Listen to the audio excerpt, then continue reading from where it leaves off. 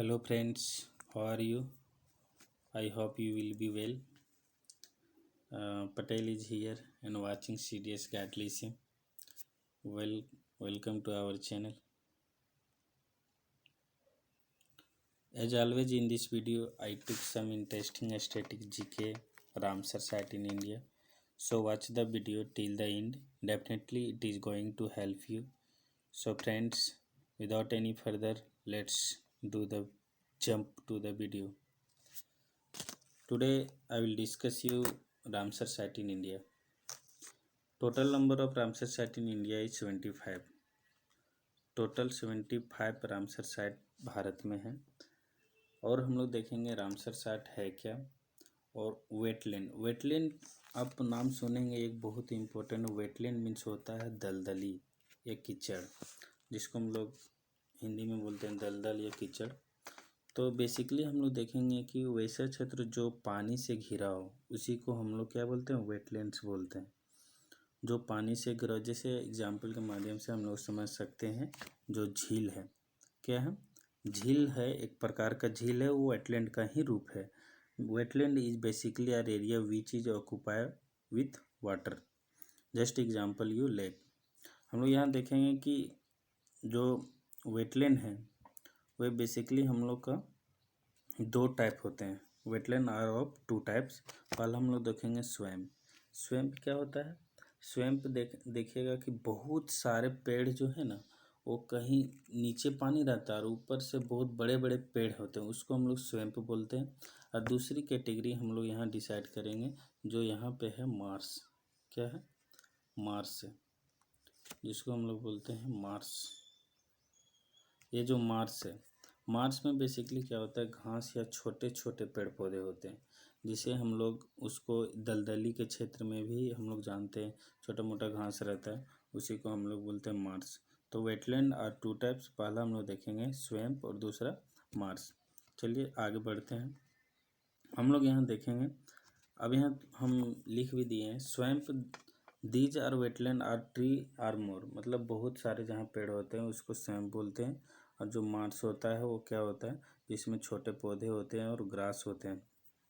तो हम लोग बेसिकली देखेंगे कि रामसर साइट है क्या, रामसर कन्वेंशन क्या है। हम लोग यहाँ देखेंगे रामसर कन्वेंशन है क्या। दूसरा चीज़ हम लोग देखेंगे ये कब हुआ। रामसर सम्मेलन बेसिकली हम लोग देखेंगे कि द कन्वेंशन वेटलैंड जो होता है, रामसर सम्मेलन जो है वो नम भूमि के लिए जो संरक्षण है, नम भूमि के संरक्षण के लिए एक क्या करता है, विभिन्न राष्ट्रों के बीच क्या होता है, वहाँ पे कन्वेंशन होता है, ट्रीटी होता है, एक दूसरे के देशों के बीच संधि होता है। और उस संधि जो होता है वो विभिन्न देशों के जो प्रतिनिधि होते हैं वहाँ पे आते हैं और उस पर विचार करते हैं। और यह जो संधि होता है उसको बेसिकली हम लोग नाम से जाने जाते हैं, जिसको हम लोग बोलते हैं रामसर साइट्स। तो रामसर साइट बेसिकली ईरान, इसका नाम कैसे पड़ा, इसका नाम ईरान के जो शहर हैं, ईरान के शहर जो है रामसर, छोटा सा शहर है रामसर, वहीं पे first of the TTA organise किया गया था। तो वहीं पे इसी का नाम से, शहर के नाम से ही इस जो कन्वेंशन है इसका नाम रखा गया रामसर साइट। ठीक है। तो रामसर साइट बेसिकली कुछ नहीं, the significant convention on wetland took place in 1971 at the small Iranian town of Ramsar. तो रामसर साइट का जो है, अब देखिए रामसर साइट, अब देखिए आप ज्ञान के बौद्धिक क्षमता को बढ़ाने के लिए इसका भी जानकारी रख सकते हैं। तो रामसर साइट कुछ नहीं है, ये आर्द्र भूमियों का, आगे आपको पता चलेगा। आप बने रहिए इस वीडियो में, आपको पता चलेगा क्यों इम्पोर्टेंट है और इसका हम लोग क्या उपयोगी कर सकते हैं। वेटलैंड के लिए क्या हम लोग, इसके बारे में सभी लोगों को पता है, लेकिन इसका क्या इम्पोर्टेंस है हमारे इकोसिस्टम में, ये चीज़ हम लोग आगे देखेंगे। ठीक है। अब यहाँ देखेंगे कि मीटिंग, जब एवरी साल इसका मीटिंग होता है, अब meeting between nation took place every year, country nominate the wetland, और कंट्री क्या करते हैं, एक देश क्या करते हैं, दूसरे देशों को नॉमिनेट करते हैं और उसको रामसर में भेजते हैं। तो इफ़ एनी वेटलैंड डिक्लेयर, अब कोई भी क्षेत्र जो डिक्लेयर हो जाता है वो इंटरनेशनल इम्पोर्टेंट की दृष्टि से वो रामसर साइट बन जाता है, यानी it will be become a Ramsar site. अब रामसर साइट से बनने से क्या फ़ायदा है हम लोग देखेंगे। यहाँ थोड़ा सा इम्पोर्टेंट हम लोग थोड़ा सा डिस्कस करते हैं कि हम लोग यहाँ देखेंगे कि कोई भी रामसर साइट हम लोग को यहाँ घोषित हो जाता है तो देखते हैं बढ़ते हुए औद्योगिकरण, बढ़ते शहरीकरण के कारण विश्व भर में जो झील है वो अनेक प्रकार की जो क्षति पहुंची है। इसी कारण से सभी देशों ने झीलों को पुनरुद्धार के लिए, उनकी जल की गुणवत्ता को सुधार के लिए बहुत सारे प्रयास किए। उसमें से ये जो कन्वेंशन है, कंजर्वेशन जो किया जाता है ये यूनेस्को के थ्रू ही किया जाता है। तो हम लोग देखेंगे कि कहीं न कहीं जो हम लोग मानव ने जो झीलों को या फिर झीलों में जो जीव जंतु रहते हैं या फिर उसको जो हमने क्षति पहुंचाया, तो वैज्ञानिकों ने इसको कंजर्वेशन के लिए इस मीटिंग का आयोजन किया। तो हम लोग आगे देखेंगे। तो यहाँ हम लोग बेसिकली देखेंगे कि region of 3 wetland of to be risk. यहाँ देखेंगे कि आर्द्र भूमि में क्यों संकट में, कैसे संकट में। हमने जैसे कि आप लोग को बताया कि बढ़ते हुए औद्योगिकरण और शहरीकरण के कारण, तो उसमें से सबसे पहला इम्पोर्टेंट अगर देखा जाए तो पोल्यूशन है। पोल्यूशन में क्या होता है, जैसे ही पोल्यूशन बढ़ रहा है तो बहुत सारे जो झील हैं या फिर जो जीव जंतु हैं उसको क्या करते हैं, वो एज ए रिक्स में आ जाते हैं, संकटग्रस्त में आ जाते हैं। दूसरा क्या होता है, इंक्रीजिंग अर्बनाइजेशन ऑफ इंडस्ट्रियलाइजेशन।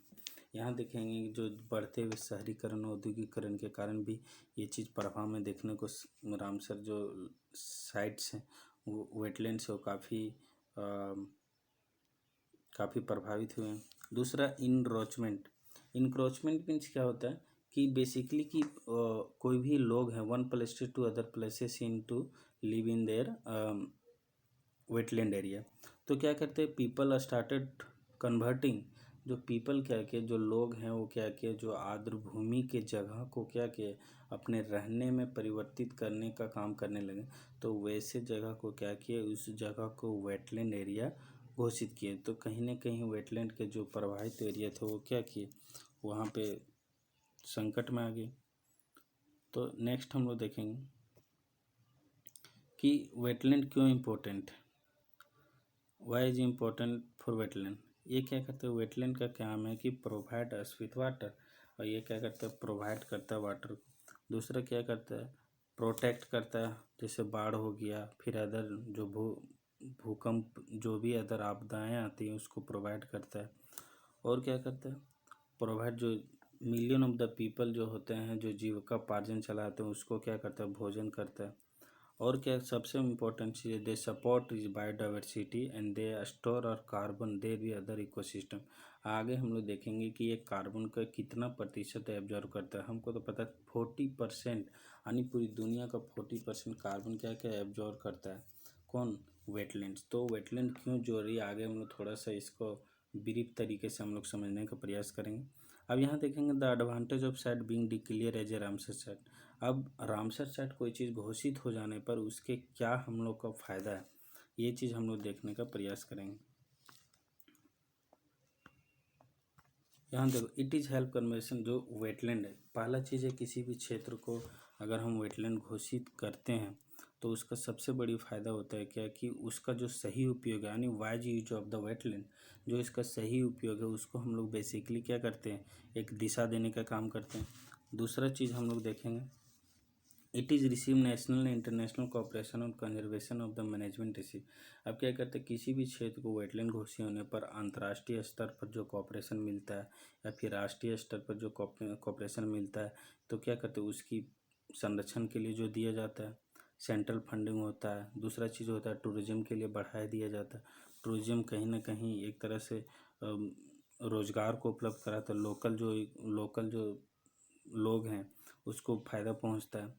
तो कहीं ना कहीं एक दूसरा चीज़ क्या होता है कि टूरिज़्म को बढ़ावा देता है, और टूरिज़्म को बढ़ावा देने से वहाँ के आसपास के लोगों को क्या करता है, रोज़गार देता है। तो तीसरा, हाँ इट इज़, अब समझ में आ गया। अब यहाँ पे नीचे हम लोग देखेंगे कि टोटल नंबर ऑफ अगर बात किया जाए, टोटल नंबर ऑफ हम लोग को बात किया जाए कि वेटलैंड कितने 75 वेटलैंड हैं जो भारत में है। भारत में 75 वेटलैंड है जो अंतर्राष्ट्रीय स्तर पर रामसर साइट का दर्जा दिए हुए हैं। ठीक है, वेटलैंड है जो हम लोग के इकोसिस्टम को क्या करता है, बनाए रखता है, क्लाइमेट चेंज को बनाए रखता है। रिसेंटली हम लोग देखेंगे थोड़ा सा, हम लोग एक बहुत ही इंपॉर्टेंट यहाँ चीज़ देखेंगे कि there are has been significant addition of the growing list. अभी अगर 2022 में देखेंगे तो total 11 number of Ramsar site included in India.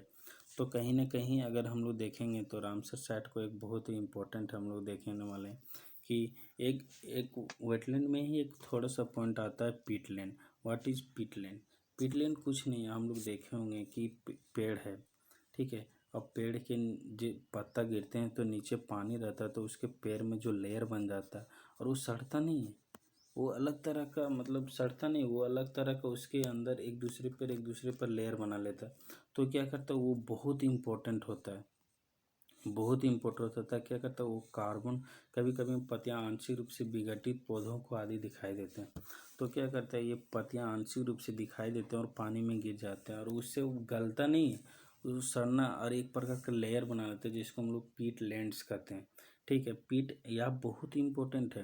अब बोलेगा इसका क्या इम्पोर्टेंट है, ये क्या करता है ना कि पीट को अत्यधिक मात्रा में कार्बन को क्या करता है, निकालता है, कार्बन को एब्जॉर्ब करता है, और कहीं ना कहीं कार्बन को एब्जॉर्ब करता है तो एक तरह से फायदा है, इकोसिस्टम का जो बनाए रखता है, जो इकोसिस्टम का जो शुद्ध वातावरण है उसको कहीं ना कहीं बनाए रखता है। तो हम लोग यहाँ देखेंगे, यहाँ या अरे ये अभी बहुत इंपॉर्टेंट, यह ईंधन के रूप में भी काम करता है, क्योंकि बहुत सारा कार्बन एब्जॉर्ब करता है, तो कहीं नहीं कार्बन एक ईंधन ईंधन ही। आर्द्रभूमि का बहुत बड़ा क्षेत्र मूल रूप से पीटलैंड है। और यहाँ भी देखना कि दो EU है, WHO है, अब इस तरह का जो इंटरनेशनल जो एजेंसी हैं, इन्होंने कहा है कि अगर पर्यावरण को बचाना है तो हमको पीटलैंड को बचाना पड़ेगा। अब पीटलैंड क्या करता है, पूरी दुनिया का 40% क्या करता है, कार्बन एब्जॉर्ब करता है। पूरी दुनिया का 40% जो कार्बन को क्या करता है, हमारे बहुत बड़ी मात्रा में कार्बन जो हमारे पर्यावरण में रहता है उसको बहुत बड़ी मात्रा में क्या करता है, एब्जॉर्ब करता है, यानी टोटल 40% पीटलैंड में जमा रहता है। अब पीटलैंड में केवल कार्बन भंडारण करते हैं, उसका एक रूप और कार्य करता है कि भूमि आधारित जो कार्बन सिंक है वो कार्बन तो ले ही रहा है। दूसरा है कि प्राकृतिक, थोड़ा सा हम लोग डाटा की ओर जाएंगे कि प्राकृतिक जो वेट पीटलैंड है केवल 3 मिलियन किलोमीटर शेष है, 3 मिलियन किलोमीटर। और दुनिया में कभी भी 3% एरिया क्या करता है, वो पीटलैंड के एरिया में आता है, यानी 550 गीगा टन अधिक कार्बन को क्या करता है, वो अपने मिट्टी के अंदर दबा कर रखता है। यानी पूरी दुनिया का 40% जो है, पूरी दुनिया का 40% एरिया है वो क्या करता है, अपने पास एब्जॉर्ब कर रहता है। अब प्रत्येक वर्ष जो है, जो प्रत्येक वर्ष हर साल बैठक होती है, तो प्रत्येक वर्ष होता है वो क्या होता है, 2 फरवरी को वर्ल्ड वेटलैंड डे के रूप में मनाते हैं पूरी दुनिया में। यानी 2 फरवरी को ही वेटलैंड, 2 फरवरी 1971 को वेटलैंड कंजर्वेशन हुआ था, और उसी दिन को, नाम को इतिहास रखने के लिए उस दिन 2 फरवरी को हम लोग वेटलैंड डे के रूप में मनाते हैं, वर्ल्ड वेटलैंड डे। अब हम लोग यहाँ देखेंगे कि जो 75 रामसर साइट इंडिया है उसको हम लोग internally state and union territory के हिसाब से हम लोग देखेंगे कि किस राज्य में कितने हैं, और टोटल तो 75 है, बट हम लोग देखेंगे किस राज्य में कितने हैं और किस राज्य में सबसे ज़्यादा है, किस राज्य में कम है, ये चीज़ हम लोग देखने वाले हैं। तो सबसे पहले यहाँ देखेंगे आंध्र प्रदेश। आंध्र प्रदेश में total number of Ramsar site is 1 है। कितने हैं, एक है कोलेरू लेक, बस एक ही है। दूसरा है असम में 1 है, बिहार में भी एक है कनवार लेक, गोवा में भी एक है। ठीक है, अब यहाँ देखेंगे गुजरात में 4 है, ठीक है, एक खिजड़िया नाल सरोवर और थोले लेक और वांडाना वेटलैंड है। हरियाणा में कितने हैं, 2 हैं। हिमाचल प्रदेश में 3 हैं। जम्मू कश्मीर में 5 हैं। जम्मू कश्मीर, लद्दाख में भी अलग चल जाएगा। जम्मू कश्मीर में 5, कर्नाटक में 1 है, केरल में 3 है, ठीक है, लद्दाख में 2 हैं, मध्य प्रदेश में 4 हैं, महाराष्ट्र में 3 है, ठीक है, मणिपुर में 1 है। मणिपुर का जो इम्पोर्टेंट एरिया है, मणिपुर को देखेंगे तो ये जो मणिपुर का जो लोकटक लेक है, ये लोकटक लेक पहला जो फ्लोटिंग जो लेक है वो इंडिया में पाया जाता है। दूसरा मिजोरम, वो एक है पाला वेटलैंड। दूसरा उड़ीसा में 6 है, पंजाब में 6 है। ठीक है, अब यहाँ देखते हैं राजस्थान में 2 हैं, एक केवलादेव नेशनल पार्क, एक सांबर लेक। ये दोनों ही इम्पोर्टेंट बहुत हैं, आपने पढ़ा होगा। केवलादेव नेशनल पार्क है, जो सांबर लेक है, ये भी पढ़ा होगा। फिर तमिलनाडु में 14 है। तमिलनाडु में 14 है, यानी कि सबसे ज़्यादा अगर रामसर साइट अगर किसी स्टेट में है तो वो है तमिलनाडु।